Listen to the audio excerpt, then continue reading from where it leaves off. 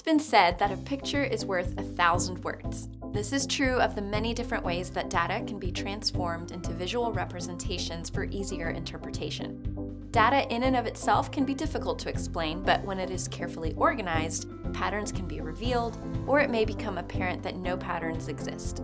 Either way, both results are meaningful. Advances in technology enable us to collect and track data like never before. An interpretation of data is simplified with the use of graphs.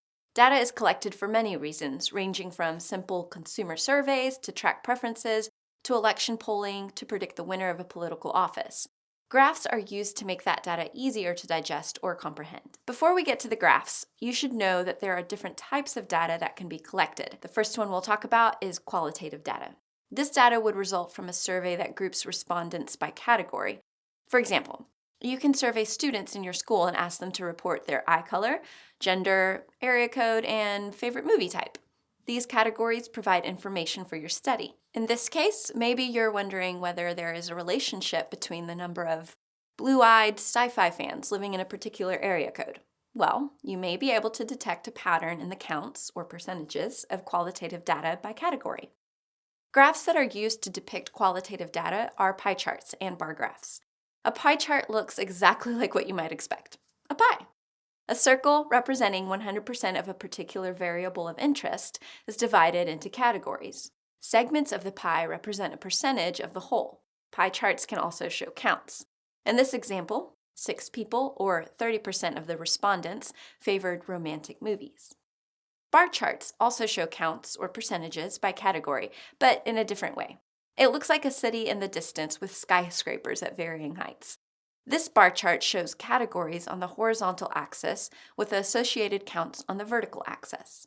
Next, we have pictographs. As the name suggests, a pictograph provides visual context. Visual cues and images are used to represent the data, and keys are provided to tell you what each image or symbol represents. In this survey of student fruit preference, apples took the lead with 20 students reporting them as their favorite. Another type of data that can be collected is known as quantitative. Unlike qualitative data, you can do math with quantitative data because it is numeric in nature. For example, what if you're interested in the average AP statistics score of the graduating class of your high school? Gathering reliable data may be the trickiest part of your study, but a histogram can relay trends in the results with precision. A histogram resembles a bar graph, with the exception of spaces between the bars. There's a range of numeric values displayed on the horizontal axis, and the counts of students are displayed on the vertical axis. The pattern of scores may appear somewhat symmetric, which is typically referred to as normally distributed. This would suggest that most students scored in the middle of the range, and that there were some high achievers and others who were not so successful. A histogram could also show a skew to the right or left, which may reveal information about overall student understanding. Scatter plots show data points for 2 quantitative variables on the same graph. The pattern revealed could show an association between the 2 variables. The data is analyzed with respect to direction, form, and strength. Direction can be positive if a rising pattern is seen in the data, or negative if a falling pattern is seen. The form of the scatter plot identifies whether the data appears somewhat linear, curved, or cone-like in shape. Strength associates how tightly the points are gathered.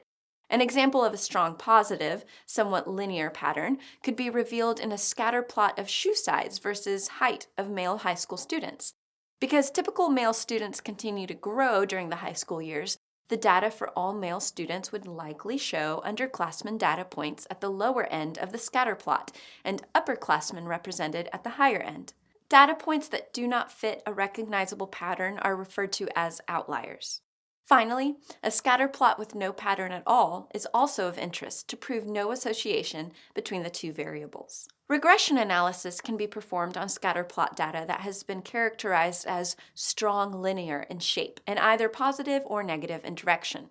This regression line serves as a predictive model only for estimating other points of interest within the range of the data set.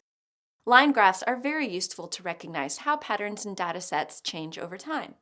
Unlike a linear regression model that runs through a set of points, a line graph connects the data points. The graph of mobile phone sales over time shows an overall increasing pattern. However, There was a noticeable dip in the sales between 2011 and 2012. Graphing multiple variables together in a line graph can also be very informative. For example, suppose temperature and rainfall amounts in a particular region were graphed simultaneously. As can be seen, contrasting weather patterns are revealed. Finally, stem and leaf charts contain actual data values. The pattern revealed is similar to that of a bar chart that has been rotated clockwise 90 degrees. The stem of the chart lists the digits of an indicated place value vertically.